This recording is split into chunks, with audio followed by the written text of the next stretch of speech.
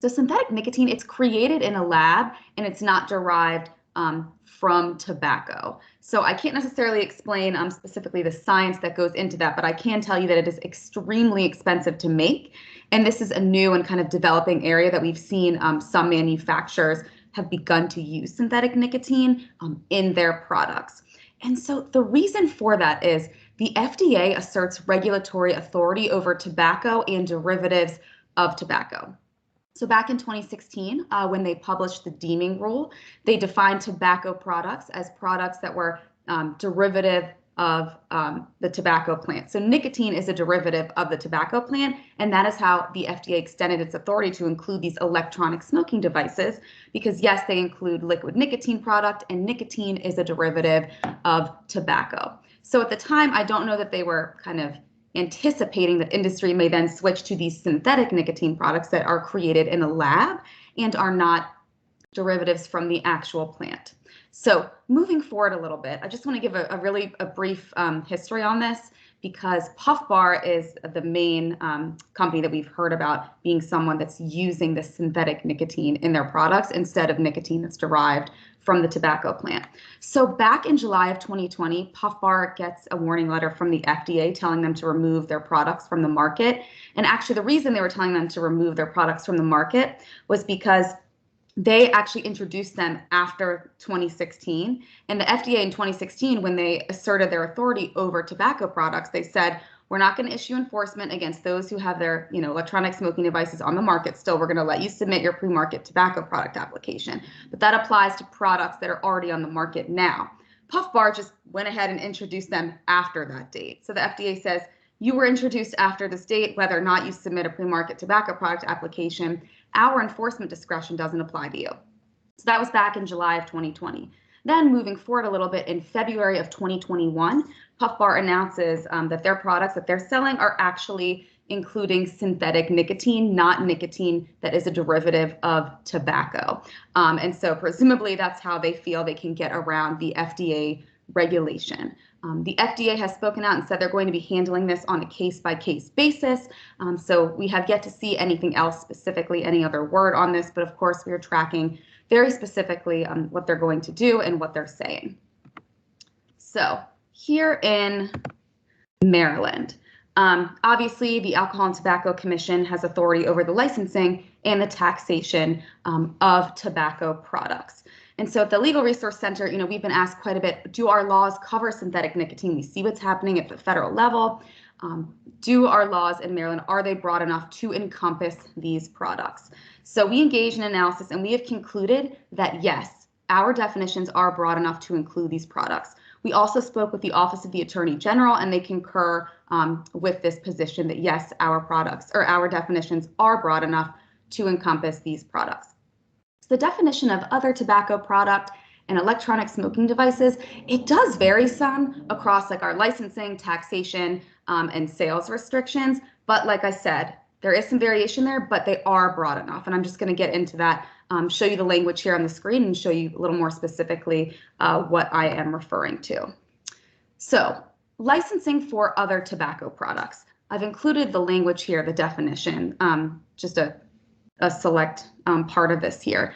And as you'll see, they're talking about this is other tobacco products include the products that are intended for human consumption and that are made of or derived from anything that contains tobacco or nicotine. They don't specify whether it has to be nicotine as a derivative of the tobacco plant or just any type of nicotine. It's just nicotine.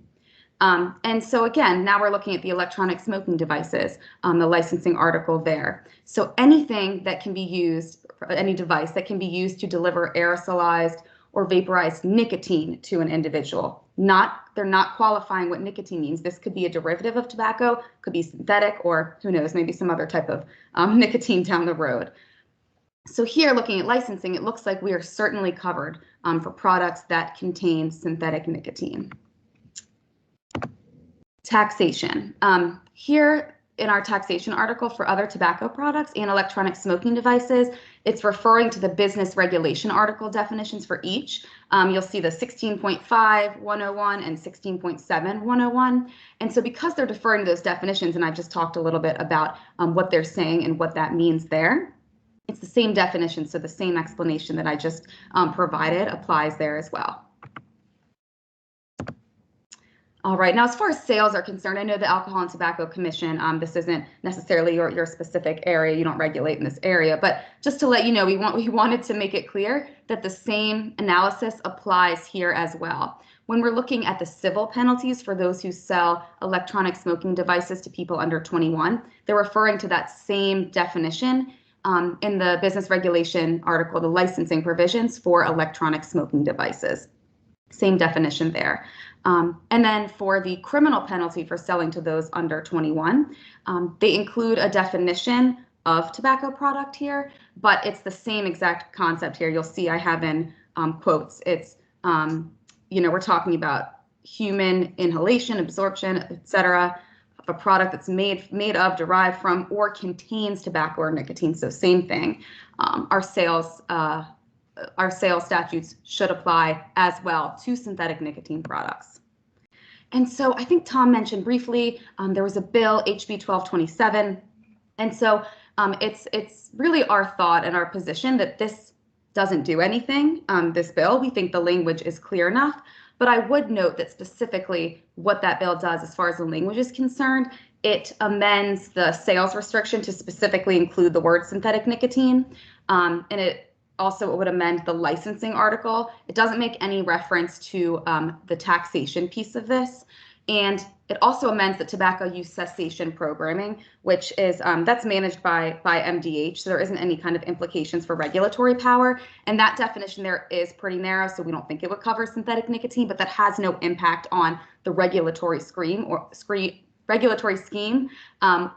the sales to those under 21. So we don't see this bill as really doing anything, but just kind of complicating the mix. And I have other thoughts on that as well, but just wanted to make that point and make that clear. So I have included here on my on the last slide my phone number, email address, and name. If we have any time, I'm of course happy to take questions now. Thank you. Thank you for the presentation, Brooke. Anybody have any questions? Mr. Chairman, Executive Director, any comments? Yes, sir. If I may, thank you. Only to say that, thank you, Brooke, very much for that. Yes, we were also involved in the discussion with the general, not general, but the council, the AG, the assistant attorney generals signed the Department of Health and to legislative services also. And Tom was very much involved in that work. We also concur. We think existing language is there for us to take enforcement action when the term nicotine is used to cover synthetic. We don't see that as an issue either. Not sure really if the bill helps us or hurts us, but regardless, we feel very much empowered and authorized to act on that as it exists. All right, thank you. Anybody else have any comments or questions? Okay. I think at this point, unless there's anybody else who has any comments, I'm going to ask for a motion to adjourn.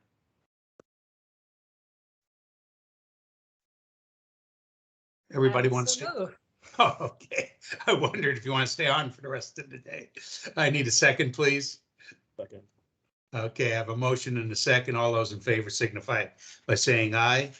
Aye. Pose same sign. All right, thank you all very much. Thomas, welcome aboard. Mr. Kelly, I think we're moving in the right direction. Thank you for keeping us informed on the legislative issues.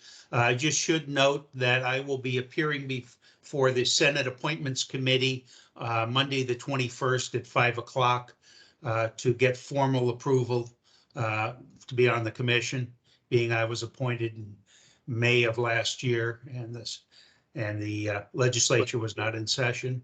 So wish me luck. Good luck, Alan. All right, thank you. Take care. Have a great week. Thanks. You all. Bye. Bye-bye.